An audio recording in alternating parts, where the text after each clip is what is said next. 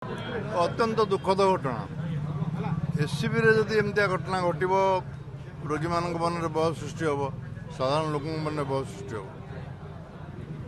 ଏ ଘଟଣା ଆଗରୁ ବୋଧେ ମୁଁ କେବେ ଶୁଣିନଥିଲି ଏସ୍ସିବିରେ ଏମିତିଆ ଘଟଣା ଘଟିବ।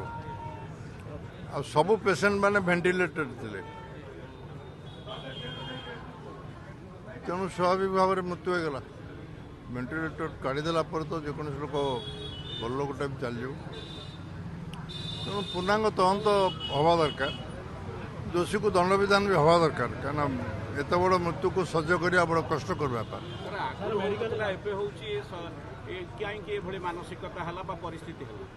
ସେଟା ତଦନ୍ତ ପରେ ଜଣାପଡ଼ିବ, କାରଣ କେହି କହିବି ସେଠି କି ଦେଖାଯାଉନି। ମୁଁ ଦେଖିଲି ଆଇସିୟୁରେ ପଡ଼ିଯାଇଛି କି ଜଣାପଡ଼ୁନି, କେଉଁଠି ସର୍କିଟ୍ ହେଇଛି କେହି ଜାଣିପାରିବନି ବର୍ତ୍ତମାନ। ଏଇଟା ତଦନ୍ତ ହେଲେ ଯାଇ ଜଣାପଡ଼ିବ ଦାୟିତ୍ୱରେ କେଉଁମାନେ ଥିଲେ, କାହିଁକି ହେଲା ଏମିତି ଘଟଣା। ଘଟଣା ହେଲାର କେତେ ସମୟ ପରେ ଖବର ଦିଆଗଲା, କିଏ ଆସିଲା, ଏସବୁ ପୂର୍ଣ୍ଣାଙ୍ଗ ତଦନ୍ତଟା ହେବା ଦରକାର। ଯେଉଁମାନେ ଦାୟିତ୍ୱରେ ଥିଲେ ସେମାନଙ୍କୁ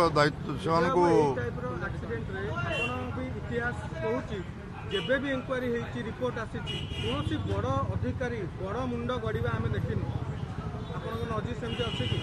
ଆମେ ଆଶା କରୁଛୁ ଏ ତଦନ୍ତଟାକୁ ସରକାର ଏଭଳି ଏକ ସମ୍ବେଦନଶୀଳ ଘଟଣାରେ ତଦନ୍ତଟା ତୁରନ୍ତ ହେବା ଦରକାର, ନିରପେକ୍ଷ ହେବା ଦରକାର,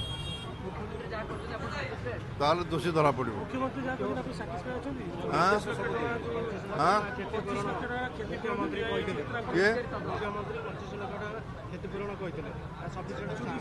ସରକାର ହିସାବରେ ସେ ତାଙ୍କର କ'ଣ କହିଛନ୍ତି।